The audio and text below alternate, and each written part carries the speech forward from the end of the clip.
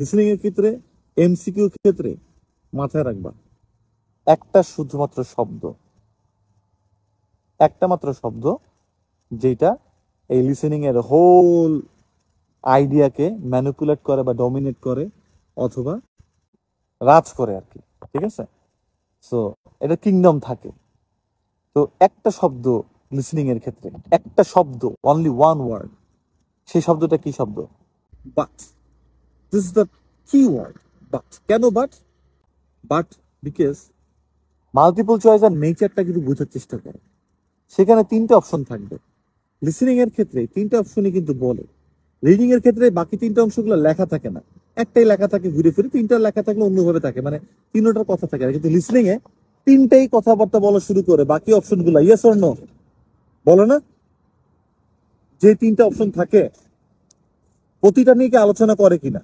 খুব কমই আছে যে একটা পুরোপুরি বাদ দেয়, বাট প্রতিটা নিয়ে আলোচনা করে। তো প্রতিটা জিনিস নিয়ে কিন্তু তারা গবেষণা করে, তিনটা নিয়ে কথাবার্তা বলে। তিনটা জায়গায় কিন্তু কথাবার্তা কম বেশি থাকে। এখন তিনটাতে উত্তর হতে পারে না, পারে কি? তিনটাই পারে না। তো আমি তোমাদের একটা জিনিস ওয়ার্ড বুঝাই দিই। দেখো, যখন তোমার বলছে যে হ্যাঁ ভাই আপনি এটা করছেন খুবই ভালো, মানে ধরেন সিফাত হোসেন, আপনি এটা করছেন খুবই ভালো, ওইটা করছেন খুবই ভালো, হ্যান ত্যান হাবি যাবি, খুবই ভালো অ্যাপ্রিসিয়েট করে করে যদি বলে কিন্তু ভাই আপনি তো, কিন্তু মানে কি আমি এখন অন্য কিছু একটা আনতে যাচ্ছি, একটা নেগেটিভ কিছু আনতে যাচ্ছি বা কিছু একটা আনতে যাচ্ছি, রাইট? এই কিন্তু ওয়ার্ডটা খুব ডেঞ্জারাস একটা ওয়ার্ড। কিন্তু এই ওয়ার্ডটা খুবই ডেঞ্জারাস। ঠিক আছে, যখন কেউ স্পিচ দেয় বা যাই দেয় না কেন, কিন্তুর পরে সে যেটা বলে না সেটাই সে বলতে চায়, সেটাই সে বলতে চায়। কিন্তুর পরে যখন কথাটা আসে তখন সে সেটা বলতে চায়, অথবা ওইটাই মনে থাকে আসলে, রাইট? যারা কথার মারপ্যাচ বুঝে, টেকনিক্যাল জায়গা বুঝে, অ্যানালাইসিস করে, তারা এগুলো ধরতে পারে।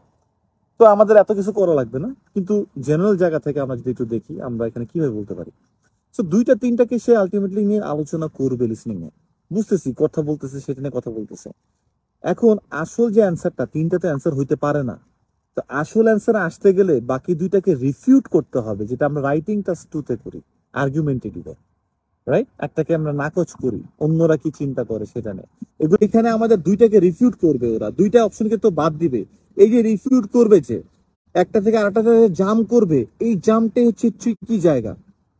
অনেক সময় বাট শব্দটা বোঝা যায় না, বা বাটকে আরো অন্যভাবে হাউএভার বলতে পারে, অথবা হাউএভার বাদ দিয়েও বাটেরই একই রকম মানে এসেন্স আনতে পারে, দো অল দো, মানে সোজা কথা negative positive cause and effect. এটা হচ্ছে বাটের মূল উদ্দেশ্য, negative positive cause and effect. মানে এইটা হইলে এটা হবে, এটা হইলে এটা হবে, এটা হইলে এটা হচ্ছে কজ, এটা হবে হচ্ছে effect, cause and effect. Paragraph আছে, এসে আছে, কজ এন্ড ইফেক্ট এর রাইটিং ক্লাস 2 তেও আসে।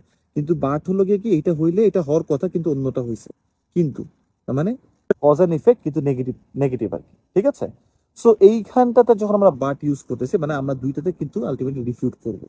ওই দুইটা জিনিস আমরা আলটিমেটলি দুর্বল করব, দুর্বল করে আমরা পরেরটাতে যাবো, যে হোক না কেন ঘুরে ফিরে আমরা যাবো। সো এই একটা খেলা তোমরা জাস্ট কয়েকটা লিসেনিং এর, আমি এখন জাস্ট বলি কয়েকটা জিনিস করতে হবে। তোমরা ক্যামব্রিজের বইগুলা নিবা, নেয়ার পরে লিসেনিং এর এই পার্ট গুলো করবা।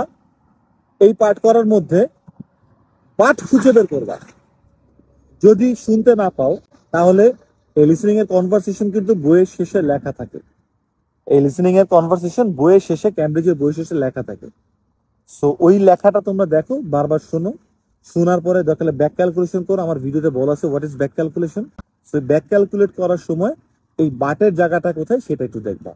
বাটের জায়গাটা যখনই দেখবে তখনই বুঝবো, ও আচ্ছা কথা এইভাবে ঘুরায়, এইভাবে টুইস্ট করে। শুধু বাট দিয়ে করে তা না, বাট দিয়ে 80, 70, 60% পর্যন্ত হয়ে যায়। কিন্তু এটার এসেন্স হয়তো বা দো অল দো দিয়ে আসতে পারে, অথবা উল্টা ভাবেও আসতে পারে, যে তিনটাকে বলে দুইটাকে রিফিউট না করে একটাকেই বলছে, বাকি দুইটাকে অন্যভাবে উল্টা ভাবে করছে। খুব একটা দুইটা, এটা বুঝে যাবা। এটা কোনো এমন কোনো কিছু না যেটা বুঝবা না ইনশাল্লাহ। ঠিক আছে।